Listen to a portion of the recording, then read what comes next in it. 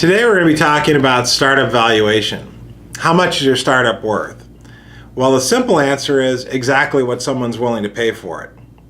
Like any economic exercise, this is really about supply and demand.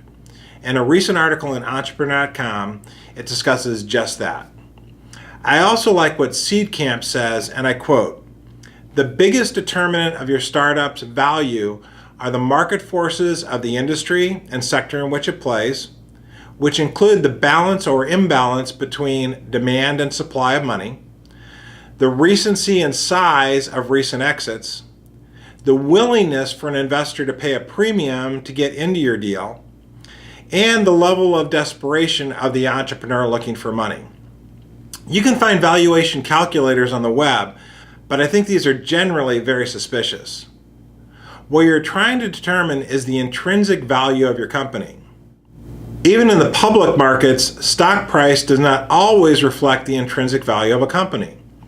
It is even more difficult in the private equity markets because there is limited or no liquidity and typically significantly more risk for startups. However, more sophisticated angel investors and VCs consider themselves experts in assessing risk return for private companies, and they will ultimately determine the value of your company. So what do private investors like angel investors and venture capitalists look for when determining the valuation of a company for purposes of an investment? Well, the first thing they look at is a financial forecast from the company. This is the basis for any financial planning and analysis exercise.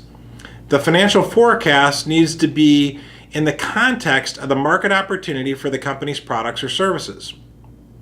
As you approach VCs and angels for financing, it's important to have a financial model. It should have a set of assumptions about the market and the amount of money you want to raise. It's also a good idea to have a reasonable upside and downside case to your base plan. You may even want to consider a so-called reduced case in the event that you raise less money in the current investment round. You'll want to demonstrate that you have a plan, but also that you have some flexibility in that plan. Some of the most common valuation metrics include multiples of earnings like price to earnings ratio, or price to EBITDA, or price to revenue ratios. However, most startups don't have profits and many don't have revenue. Investors will look at comparable deals in your sector to get some benchmarking data. You should do this as well. Some investors will use traditional discounted cash flows, or DCF, from your financial model. There can be some challenges in this, especially when selecting a discount rate. Although many VCs will run a DCF, their valuation metrics will be more based on the uniqueness of your product, the value that it has to your customers, and the potential market size and growth. There's a good white paper published by New York University about DCF, but if you're not a finance person, hire one to do the financial modeling. You should instead be focused on running the business and getting customers. Venture capital and angel investors most commonly look at internal rate of return, or IRR. They also look at return on investment, or ROI, over a given time frame. Generally, early stage VCs won't get too excited about investing in a company unless there's the potential for at least a 10x ROI and the ability to put enough cash to work to move the needle on their fund. You should understand this when looking at your financial model. From an IRR perspective, VCs like to see IRRs in excess of 30%. Your financial model must be based on some real work about the potential market size and growth and your expected market share. Stating your assumptions in the financial model is extremely important. By doing so, it's much more straightforward for potential investors to run sensitivity and scenario analysis. You should do this as well, so you know what outcomes the prospective investors are likely to get when they do their analysis.